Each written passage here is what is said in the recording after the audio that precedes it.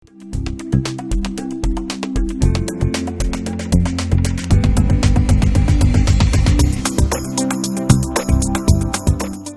वालेकुम स्टूडेंट्स, मेरा नाम है आदिल हुसैन और नॉलेज हाइट साइंस कॉलेज के एजुकेशन चैनल पे मैं आपको खुश आमदीद कहता हूँ। तो बच्चों, आज जो हम टॉपिक डिस्कस करने जा रहे हैं वो है हमारे पास गैल्वेनिक सेल या वोल्टाइक सेल। देखो, फर्स्ट लेक्चर्स या प्रीवियस लेक्चर्स के अंदर मैंने जस्ट इसका इंट्रोडक्शन पढ़ाया था, तो अब हम इसको डिटेल से देखते हैं कि गैल्वेनिक सेल या वोल्टाइक सेल हमारे पास होता क्या है। देखो बच्चों, हमने इसको पहले भी डिस्कस किया था कि गैल्वेनिक सेल या वोल्टाइक सेल है क्या हमारे पास, जिसके अंदर हमारे पास क्या होता है, केमिकल एनर्जी कन्वर्ट होती है किसके अंदर, इलेक्ट्रिकल एनर्जी के अंदर। यानी आपके पास ये क्या है, टाइप होती है इलेक्ट्रोकेमिकल सेल की, जिसके अंदर आपके पास कौन से रिएक्शंस होते हैं, स्पॉन्टेनियस रिडॉक्स रिएक्शंस, और इसके अंदर क्या होता है, केमिकल एनर्जी कन्वर्ट होती है किसके अंदर, इलेक्ट्रिकल एनर्जी के अंदर। देखो, इलेक्ट्रिकल एनर्जी प्रोड्यूस हो रही है, तो हम ये कह सकते हैं कि ये जो हमारे पास सेल होता है इसको हम इलेक्ट्रिसिटी सेल भी कहते हैं, या हम इसको ये कह सकते हैं it is an electricity producing cell, यानी इसमें इलेक्ट्रिसिटी क्या हो रही होती है बच्चों, प्रोड्यूस हो रही थी। नेक्स्ट देखिए बच्चों, इसकी जो एग्जांपल्स हैं वो हमारे पास क्या है, हमने काफ़ी सारे एग्जांपल्स पढ़ेंगे, लेकिन जो आज हम एग्जांपल डिस्कस करने जा रहे हैं इसके अंदर वो क्या है हमारे पास, डैनियल सेल, जिसको हम कहते हैं जिंक कॉपर गैल्वेनिक सेल, ये भी हम इसको कह रहे होते हैं। इसके अंदर होता क्या है बच्चों, जो हमारे पास एनोड है वो जिंक का बना होता है, या हम इसके अंदर क्या करते हैं, जो एनोड है वो जिंक का बनाते हैं या जिंक इलेक्ट्रोड को यूज करते हैं, और जो हमारे पास कैथोड है वो कॉपर इलेक्ट्रोड का बना होता है। यानी हमारे पास जो जिंक है वो एनोड होता है और कॉपर एक्ट करता है एज ए कैथोड। अब कंस्ट्रक्शन की बात करें, देखो बच्चों, ये हमारे पास जो सेल है जिसे हम डैनियल सेल का नाम दे रहे हैं, ये हमारे पास दो सेल्स के ऊपर मुश्तमिल है। कितने सेल्स के ऊपर है, दो सेल्स हैं, और जो एक सेल है और जो दूसरा सेल है, दोनों के अंदर जो इलेक्ट्रोलाइट है वो भी क्या है हमारे पास, डिफरेंट है। यहाँ पर जो हम इलेक्ट्रोलाइट ले रहे हैं वो है जिंक सल्फेट, और इसके अंदर जो हमारे पास इलेक्ट्रोड है वो किसका बना हुआ बच्चों, जिंक का बना हुआ है। और सेकंड जो हमारे पास सेल है इसके अंदर हम क्या ले रहे हैं, इलेक्ट्रोलाइट कॉपर सल्फेट, और इसके अंदर जो हमारे पास इलेक्ट्रोड है वो किसका बना हुआ है बच्चों, कॉपर का बना हुआ है। और इसके अंदर देखो बच्चों, और दोनों जो सेल्स हैं ये दोनों इलेक्ट्रिकली एक आपके पास ये आपको नजर आ रहा होगा साल्ट ब्रिज, इसके साथ क्या है, अटैच है। यानी साल्ट ब्रिज का काम क्या है, दोनों सॉल्यूशंस को एक दूसरे के साथ इलेक्ट्रिकली कनेक्ट करता है। तो यहाँ लिखा हुआ है आपके पास जो साल्ट ब्रिज है, electrolytic solutions of two half cells are connected by salt bridge. यानी आपके पास ये दो सॉल्यूशंस और दो आपके पास सेल्स हैं, ये दोनों क्या है, इलेक्ट्रिकली अटैच्ड हैं by salt bridge. Salt bridge से क्या है बच्चों, अटैच है। उसके बाद ये जो दोनों इलेक्ट्रोड हैं, जिंक आपके पास इलेक्ट्रोड और कॉपर इलेक्ट्रोड, दोनों क्या है, एक बैटरी के साथ। आप ये नहीं, आप देखो इलेक्ट्रोलाइटिक सेल जो हमने देखा था वहां पर हमने बैटरी अटैच की थी, लेकिन यहाँ पर बैटरी नहीं है बच्चों, याद रहे। यहाँ पर क्या है, या तो हम यहाँ पर गैल्वेनोमीटर यूज कर सकते हैं, या हम क्या कर सकते हैं, वोल्टमीटर यूज कर सकते हैं। क्यों यूज करें, क्योंकि जो इलेक्ट्रिकल एनर्जी प्रोड्यूस होनी है, तो ये जो आपके पास गैल्वेनोमीटर या वोल्टमीटर है ये उसको डिटेक्ट करेगा आया कि हाँ जो इलेक्ट्रिसिटी प्रोड्यूस हो रही है, जो इलेक्ट्रॉन्स का फ्लो है क्या हो भी रहा है या नहीं हो रहा, उसको डिटेक्ट करने के लिए हमने दोनों इलेक्ट्रोड्स को इसको गैल्वेनोमीटर या वोल्टमीटर के साथ क्या किया हुआ है, अटैच किया हुआ है। तो कंस्ट्रक्शन की बात करें हम, तो हमारे पास एक क्या है, देखो बच्चों, ये हमारे पास है ऑक्सीडेशन हाफ सेल। दो हाफ सेल्स है हमारे पास, एक को हम कहते हैं ऑक्सीडेशन हाफ सेल, सेकंड को हम कहते हैं रिडक्शन हाफ सेल। देखो बच्चों, जो ऑक्सीडेशन हाफ सेल और रिडक्शन हाफ सेल है, सबसे पहले बात करते हैं ऑक्सीडेशन हाफ सेल्स की। इसके अंदर आपने देखा जो इलेक्ट्रोलाइट है वो है जिंक सल्फेट, और इसमें जो इलेक्ट्रोड है वो जिंक का बना हुआ है, और जैसे इलेक्ट्रॉन्स को लूज करेगा तो लूज करने से क्या होती है बच्चों, इसकी ऑक्सीडेशन होती है। तो ऑक्सीडेशन होने की वजह से हम कहते हैं ऑक्सीडेशन हाफ सेल।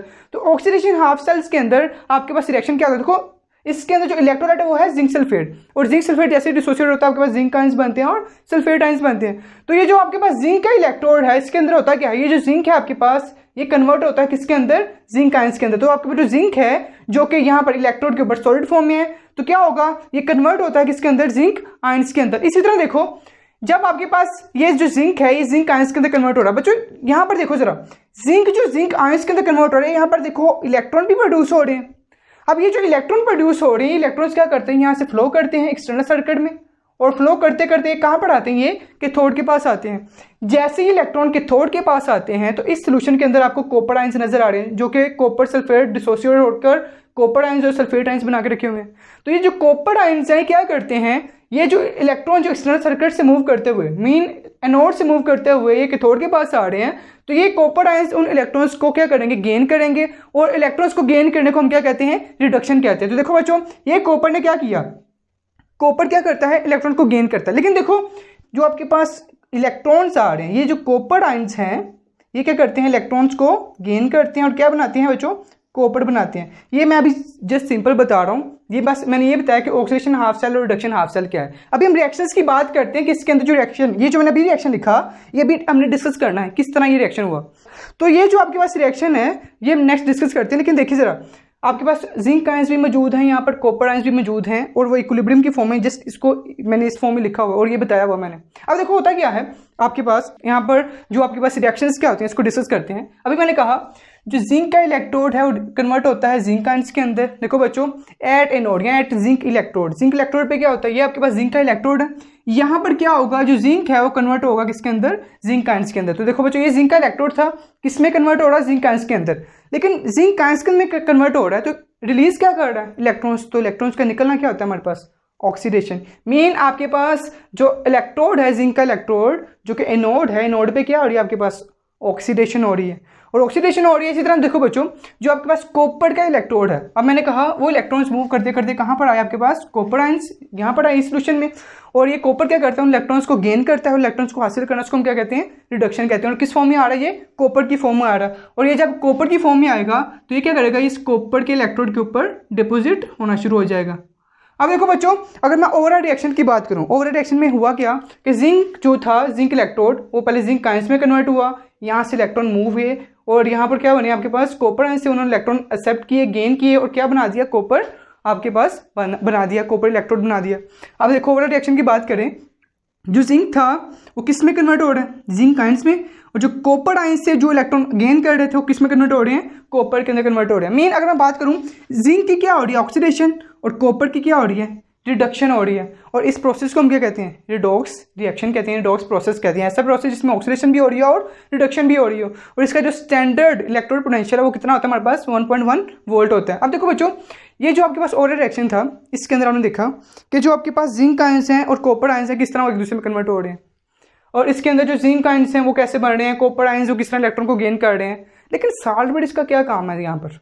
अब साल्ट ब्रिज है क्या बच्चों, ये साल्ट ब्रिज के अंदर आपके पास क्या होता है, स्ट्रॉन्ग इलेक्ट्रोलाइट कोई भी होता है, इसको हमने इसके साथ फिल किया होता है। जैसे पोटाशियम क्लोराइड है, पोटाशियम सल्फेट भी हो सकता है, कोई स्ट्रॉन्ग इलेक्ट्रोलाइट क्या करते हैं, इसके अंदर हम फिल कर देते हैं। और इसकी जो आपके पास ये जो एंड पॉइंट्स होते हैं ये क्या होते हैं, पोरस होते हैं।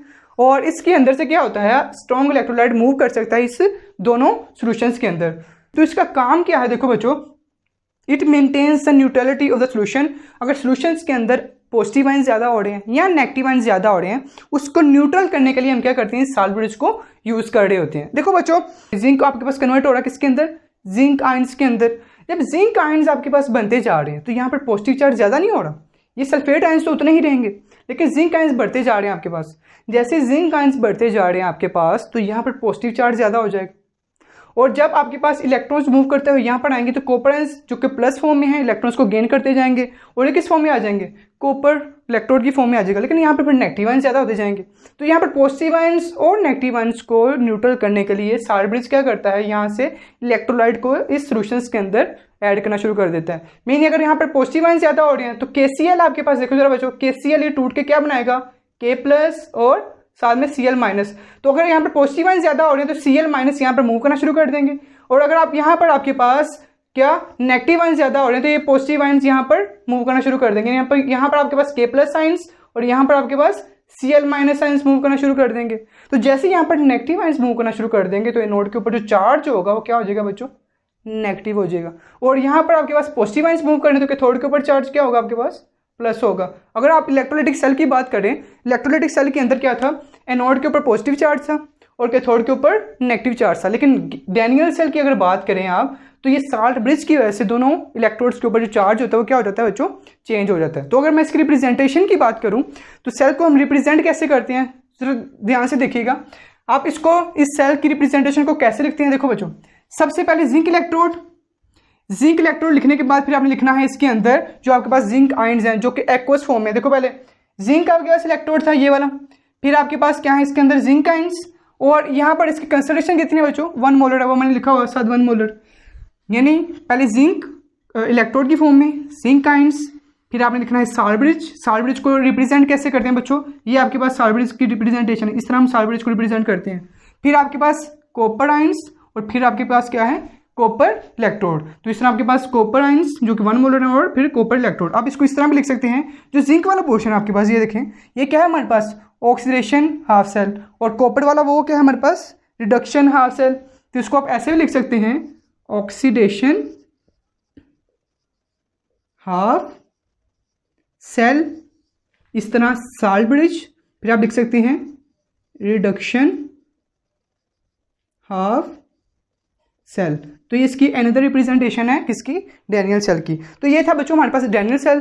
तो इंशाल्लाह हम नेक्स्ट लेक्चर के अंदर डिस्कस करेंगे कि हमारे पास साल्ट ब्रिज का फंक्शन क्या है, उसको डिटेल से देखेंगे, और इस सेल को हम रिवर्स करके भी देखेंगे कि जब हम डैनियल सेल्स को रिवर्स करते हैं तो फिर हमारे पास जो सेल है वो क्या बनता है, किस तरह एक्ट करता है वो। तो इस लेक्चर के अंदर अगर आपको कोई भी चीज़ समझ ना आई हो तो आप कमेंट में कुछ भी पूछ सकते हैं मुझसे क्वेश्चंस, मैं इंशाल्लाह उसका आंसर भी दूंगा। तो इंशाल्लाह मिलते हैं हम अपनी नेक्स्ट वीडियो के अंदर। अल्लाह हाफिज़।